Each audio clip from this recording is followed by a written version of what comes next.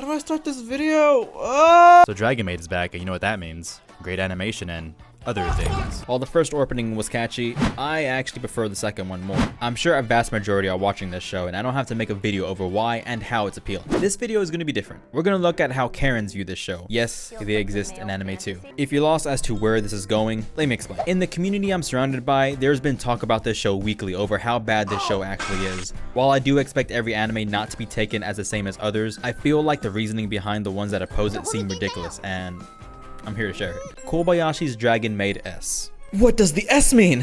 Is this a second season? Oh my god, what anime? Yes, it's the second season. I found a lot of people asking if this was a second season because of a simple letter and not a number.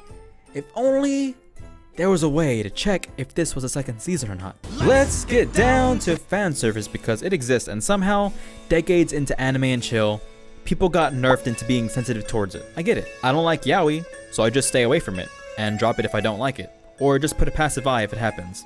Easy, right? No. Laptops at the ready, web cameras on. Cause now we gotta listen to a TED talk about how Illus, is that how you say that name? Illus booba being too big, just like Uzaki-chan some seasons ago. Yes, boobas exist, large and small. Let me remind you, anime can exaggerate body parts having no limits, but I don't see people fussing over colored hair or hairstyles yet. The main thing I see and read is, why do people make her breasts so large? What's even the point? She's just there for fan service, nothing else. The only reason people are watching this show is for that reason. And while some of that may be true, she isn't just a walking Rule 34. She's a character that never had a childhood and, be it cliche for the plot, joined the Kobayashi household. She's learning about herself and about others in the human world. For me, she acts as a check for Toru about how she is and a support for other characters in the dragon in the human realm world. Wow!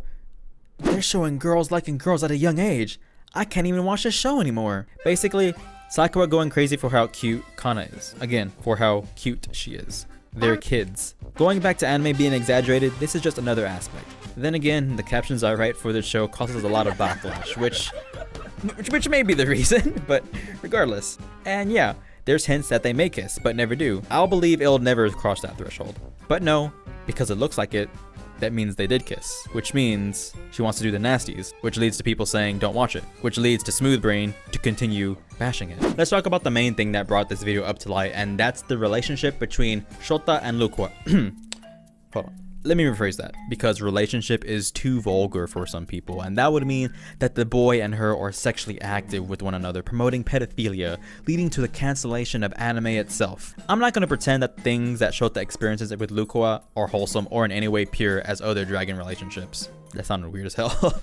But saying people shouldn't like the relationship or the anime in general because of this questionable thing would further lead me to ask, what about anime with gore, with blood, with death, scenes about cheating?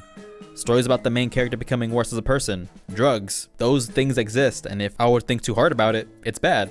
So therefore, people shouldn't like it, right? But here's my honest thoughts. Anime, first and foremost, is a means of entertainment to get away from your own life and go into another's. In a sense, it really is an escape, and the laws of our own world don't apply to theirs, yet applying it in such a way defeats the purpose of its very reasoning. It's not meant to be taken seriously, especially for Kobayashi's Dragon Maid, an anime about humanized dragons. Fucking dragons. I wouldn't say I'm turning a blind eye towards those things, but what can an anime I wouldn't say I'm turning a blind eye towards those things, but what can an anime watcher do about those things outside of my field? Basic rule. Don't like it? Don't watch it. With all that being said, I'm loving Dragon Maid this season, and I'm glad KyoAni is doing well after a loss, and even if I didn't like it, I'd still respect that they're back on their feet again. I'm no animator, but I know it takes work to make a single anime episode. And it's not much, but until next time, that.